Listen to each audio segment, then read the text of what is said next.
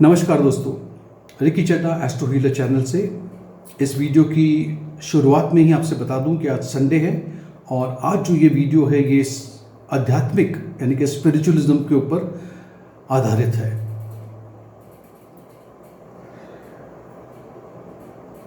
आज के ज़माने में ऐसे बहुत से व्यक्ति हैं, बहुत से लोग हैं और ख़ास करके मुझसे बहुत से लोग टकराते हैं जो ये जो एक आध्यात्मिक दौर चला है, लोग इसमें आगे बढ़ के आ रहे हैं और क्योंकि ये मॉडर्न ज़माना है, बहुत से लोग जो इस स्पिरिचुअलिज्म में प्रवेश करते हैं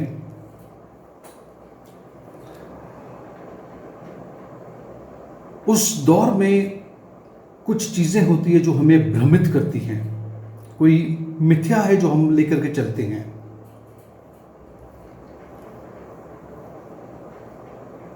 ये आध्यात्मिक दौर अगर आपको एक दिशा की तरफ ले जा रहा है तो उसमें कुछ ऐसी भी चीज़ें हैं जो आपको भ्रमित करती हैं, आपको आपके रास्ते से भटकाती है और आप में एक तरह की ये सोच बन जाती है जो सोच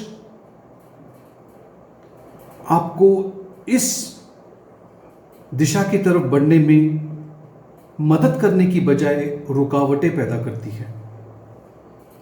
ऐसी चार मिथ्या है जिसके बारे में मैं आज आपसे बात करना चाहता हूं और ऐसा नहीं है कि मैं इससे नहीं गुजरा हूं, मैं भी गुजरा हूं, लेकिन फिर जब समझ में आया तो पता पड़ा कि हाँ, यहां पे हम गलत थे। सबसे पहली बात है कि हमें एक दिमाग में एक धारणा बन जाती है कि एक रोशनी है, एक लाइट है जिसकी तरफ हमें बढ़ के जाना है, अंधेरे से निकल करके उजाले की तरफ जाना है। ये हमें बताया भी जाता है और हमारी समझ भी इस तरह की बनाई जाती है कि हमें एक लाइट की तरफ जाना है और ये आपके लिए एक रुकावट बन सकती है। देखिए, ये जो सही मानों में जो आध्यात्मिक जिसको हम स्पिरिचुअल अवेकनिंग कहते हैं, इसका मतलब होता है कि आपको एक पूरा अनुभव दिया जाए, एक्सपीरियंस दिया जाए जहां पे आप अपने आप को समझो। सबसे पहले हमें अपने आप को समझना है। दुनिया को समझने की बात तो बहुत दूर की है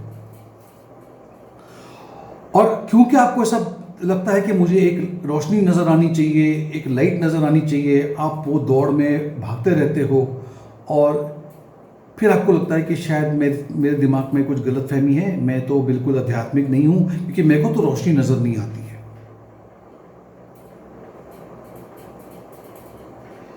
याद रखिएगा, ये जो स्पिरिचुअल वर्ल्ड है इसमें आपको किसी भी एक परिभाषा से जुड़ना नहीं है क्योंकि कोई परिभाषा है ही नहीं। उस दुनिया में, जिस दुनिया की मैं बात कर रहा हूं, उसमें ना रोशनी है और ना ही अंधेरा है। जो है वो है जिसको हम कहते हैं परमानेंस, एक ठहराव और साथ साथ में फ्लेक्सिबिलिटी भी है।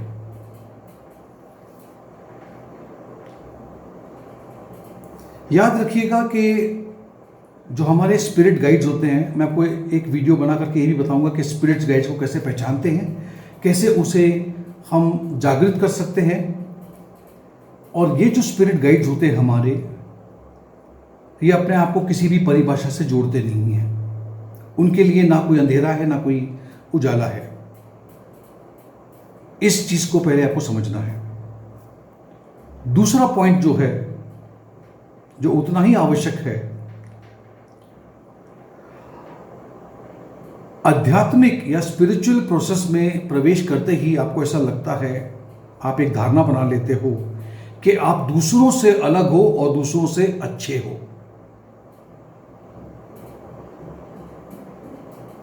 ऐसा लगता है लोगों को।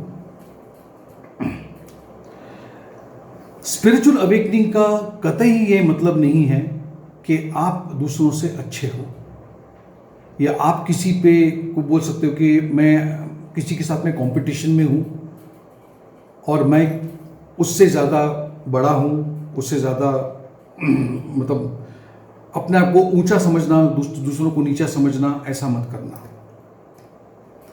आध्यात्मिक या स्पिरिचुअल अवेकनिंग सिर्फ आपको बताती है कि आपको अपने आप को बदलना है। इसको हम कहते हैं सेल्फ इंप्रूवमेंट और सेल्फ रिफाइनमेंट। अपनी अंदर की कुछ चीज़ों को आपको चेंज करना है। इसी को हम स्पिरिचुअल ग्रोथ कहते हैं। तीसरी बात जो है, बहुत आवश्यक है ये भी, हम लोगों को दो चीज़ों में विभाजन करते हैं, अच्छे और बुरे, जिसको हम कहते हैं गुड एंड इविल। हम जो आध्यात्मिक लोग हैं वो अच्छे हैं और जो दूसरे हैं वो बुरे हैं। ये जो विभाजन आप करते हो ये भी अपने आप में बहुत गलत है। आपको ऐसा लगता है कि हम सही हैं और बाकी सब गलत है।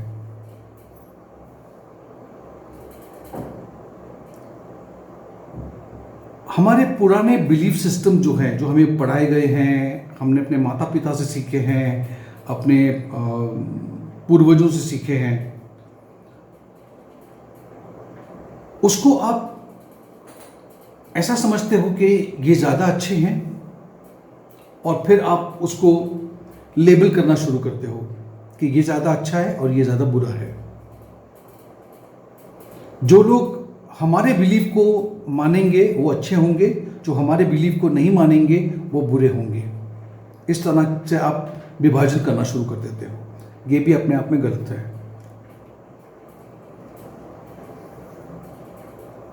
फिर आपको ऐसा लगता है कि, या आप में ये बिलीफ शुरू हो जाता है कि हमें इस दौर में, आध्यात्मिक दौर में, किसी एक तरह से बिहेव करना है। जैसे कि अब मैं ये नहीं कर सकता, अब मैं ये नहीं खा सकता, अब मैं ये नहीं पी सकता, क्योंकि मैं अभी आध्यात्मिक हो गया हूं। इस चीज़ को भी मैं आपको बता दूं कि ऐसी कोई बात नहीं है। अगर आप आध्यात्मिक रास्ते पे चल पड़े हो, अगर आपका मन चाहे, आपके दिल से आवाज़ आए, तो आप उन चीज़ों को छोड़ सकते हो। लेकिन इसको ये मत समझना कि अगर मैं ये चीज़ को नहीं छोड़ा, एक उदाहरण के तौर पे, अगर आप शाकाहारी हो या मांसाहारी हो, उससे कोई फर्क नहीं पड़ता। आपको उपास करके या आराधना कर करके इसको प्राप्त नहीं करना। आप अपने बिजनेस में, आप अपने कार्य क्षेत्र में, आप अपने प्रोफेशन में, चाहे कुछ भी क्यों ना हो, उसमें आप आगे बढ़ते जाओ, उसमें कोई रुकावटें नहीं आएगी। आप ये नहीं कह सकते कि नहीं, अभी तो मुझे एक टीका लगाना है, कुछ पहनना है और उसके बाद में ही ये लोग मुझे समझेंगे कि मैं आध्यात्मिक हूँ। बिल्कुल नहीं, बिल्कुल भी नहीं है ऐसा।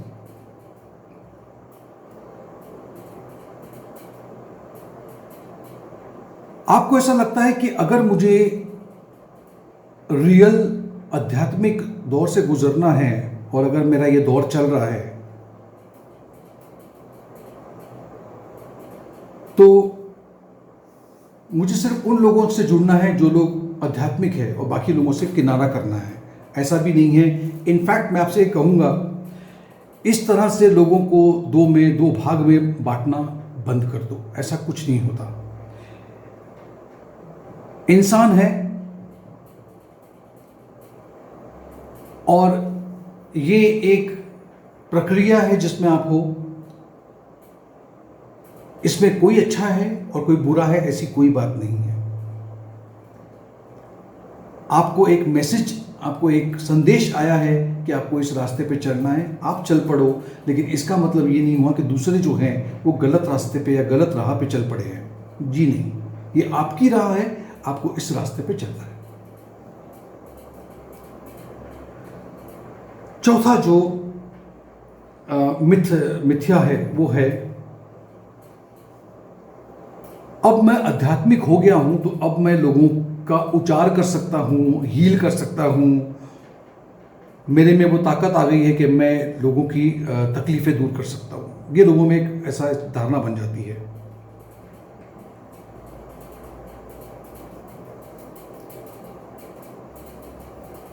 देखिए, आध्यात्मिक होने का मतलब ये नहीं है कि अब आपको दूसरों के जीवन में कोई बदलाव लेके आना है। ऐसा भी नहीं है कि कोई अगर परेशान है तो उसे आगे बढ़कर के आपको मदद नहीं करनी, आपको करनी है, लेकिन यही खाली आपका कार्य क्षेत्र है, ऐसा भी नहीं है।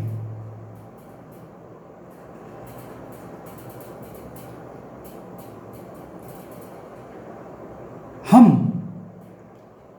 हमारे जीवन के जो भी अनुभव है, खास करके जो बुरे हैं, उसको हम अपने साथ में ढोते हैं, यानी कि कैरी करते हैं, अपने कंधे पे डाल करके घूमते रहते हैं। हाय मेरे साथ क्या हुआ था, हाय मेरे साथ ये हुआ था। आध्यात्मिक दौर में आपको एक ऐसा विचार आता है कि जो हो गया वो मेरे कर्म थे और मुझे उसे छोड़ देना है। लेकिन क्या आपके कर्म जो है, आपका जो बोझा है, आपने उठा करके रख दिया है? नहीं, आप अभी भी उसको लेकर चलोगे, लेकिन अभी आपको पता है कि मुझे इसको साथ में लेते हुए भी किस तरह से चलना है, ताकि ये मेरे जिंदगी में रोड़ा ना बने, ये रुकावटें ना डाले। इसलिए उन जो बोझों को आप लेके चल सकते हो और आहिस्ता आहिस्ता उसको छोड़ना है आपको, और ये अपने आप होगा। एक दिन आपको ऐसा लगे कि भैया मैं स्पिरिचुअल बन गया हूं, अब अगले दिन से मेरा पूरा बोझा उतर जाएगा, ऐसा भी नहीं है।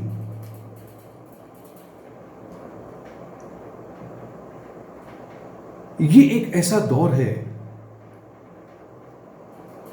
जिसपे जब मैं चल पड़ा था, और मैं ये आपको बताना चाहता हूं कि सभी लोगों के लिए ज़रूरी नहीं है कि ये जो दौर है ये बहुत तकलीफदायक हो, लेकिन अधिकांश ज़्यादा लोगों के लिए होता है। क्यों? क्योंकि आप कुछ बातों को समझ नहीं पाते हो। आप ये जो मिथ्या के बारे में बात करता हूँ, इसको जब इसमें आप फंस जाते हो, ये जाल में आप फंस जाते हो, तब आपको तकलीफें आती हैं।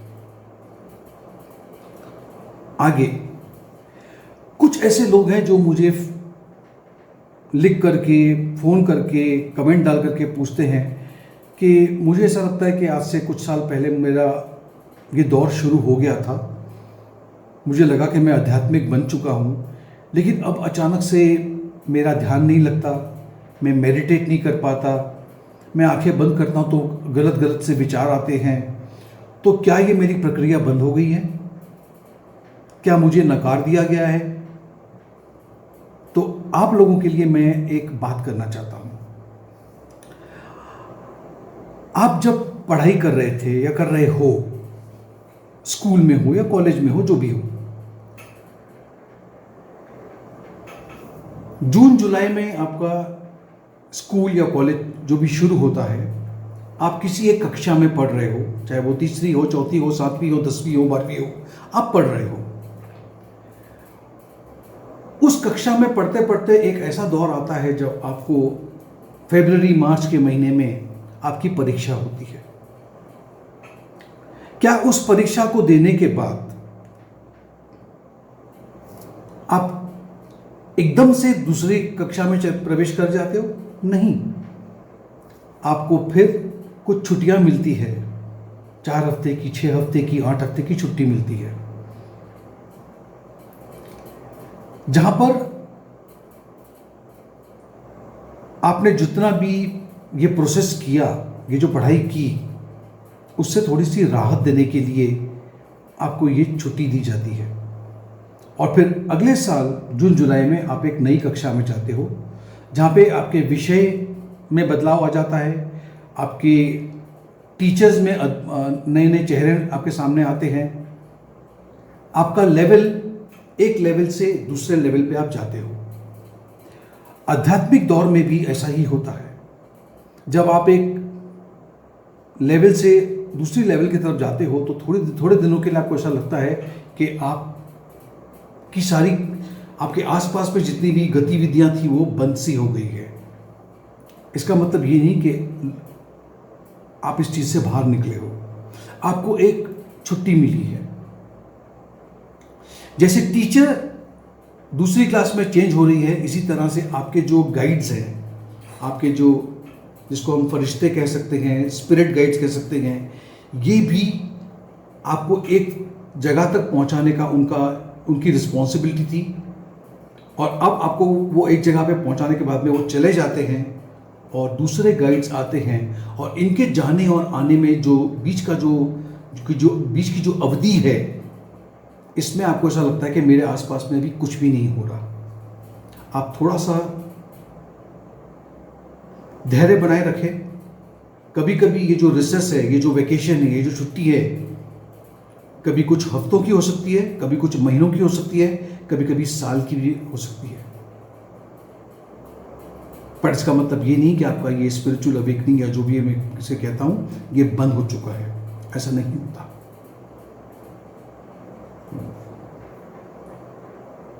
मैं अभी आगे एक वीडियो बना रहा हूं। मैं चाहता हूं कि आप कमेंट में मुझे आज प्लीज, एक रिक्वेस्ट है, किस तरह से मैंने एक किताब से अपना जीवन बदला और उस किताब ने किस तरह से मुझे इस दौर में मदद की, किस तरह से मैंने अपने गाइड्स को और स्पिरिट्स को इन्वोक किया, उजागर किया। उसके जो स्टेप्स हैं, जो मेडिटेशन के स्टेप्स हैं, जो मैं फॉलो करता हूं, अगर आपकी इच्छा हो तो मैं उसको आपके साथ में साझा करना चाहूँगा। मैं ये भी नहीं कहूँगा कि आपको बिल्कुल हूबहू ऐसा ही करना है, लेकिन आपको थोड़ा सा मदद करना चाहता हूँ कि आपको आसानी हो आगे बढ़ने में। अगर आप ये चाहते हो तो ये मैं आपके लिए करना चाहता हूँ। इस वीडियो को देखने के लिए आप लोगों का बहुत बहुत शुक्रिया। अगर आपको ये वीडियो पसंद आया हो तो इसे एक लाइक दीजिए, नोटिफिकेशन बेल आइकन पे क्लिक कीजिए, और मेरे चैनल को अगर आपने अब तक सब्सक्राइब नहीं किया है तो इसे प्लीज़ सब्सक्राइब कर लीजिए। बहुत बहुत शुक्रिया। Thank you.